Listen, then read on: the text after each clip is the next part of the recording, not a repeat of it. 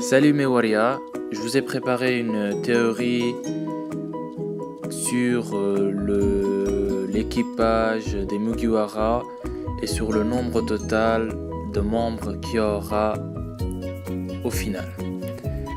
En fait, il existe deux façons de compter dans One Piece. La première méthode en nombre et en images. Oda aime bien mettre des nombres avec les images dans ses couvertures de scan. En fait, Luffy est toujours premier.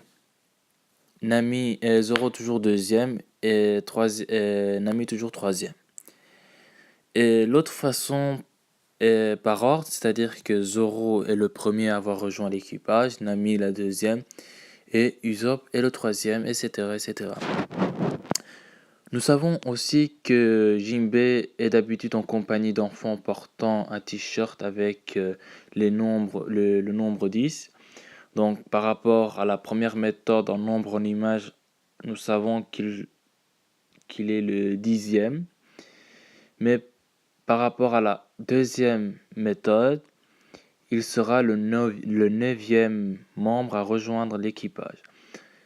Il existe aussi deux habitudes récurrentes dans le recrutement des Mugiwara, qui sont selon moi pas une coïncidence, c'est-à-dire que Zoro, Nami, Usopp et Sanji ont été recrutés dans East Blue, alors que Chopper, Franky, Robin et Brooke ont été recrutés dans Grand Line.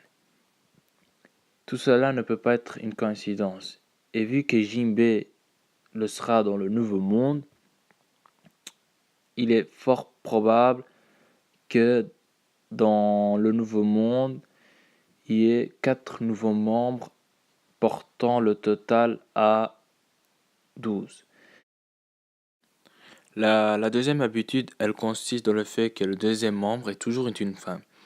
Nami deuxième et Robin sixième. Donc le 10e membre à rejoindre sera une fille, car Jinbei sera le 9e et Oda l'avait précisé aussi que le 10e membre sera une fille. Et le 10, le X en fait me fait penser au chiffre romain. On l'a déjà vu quelque part à Alabasta et ça me fait un peu penser à Vivi. Ce qui serait vraiment pas mal car franchement je pense que c'est une des personnages qui mériterait de revenir avec les Mugiwara. S'il y a 12 membres plus Luffy, ça fera 13. Donc ça aura un lien avec le chapitre 1. Et il suffit tout simplement de compter le nombre de personnes qu'il y a sur la couverture de ce chapitre. Franchement, Oda, t'es un génie. Faisons un peu de culture japonaise, un peu pour changer un peu les habitudes. Au Japon, on n'utilise pas les mots pirate pour qualifier les chapeaux de paille, mais plutôt de mafieux ou groupe. Et il y a aussi un mot qui n'existe même pas en anglais, c'est Mugiwara no Ishimi. Ishimi veut dire mafieux ou mauvais groupe, et Ishimi peut se changer en chiffre aussi. Ishi est égal à 1 en japonais, Mi est égal à 3 en japonais.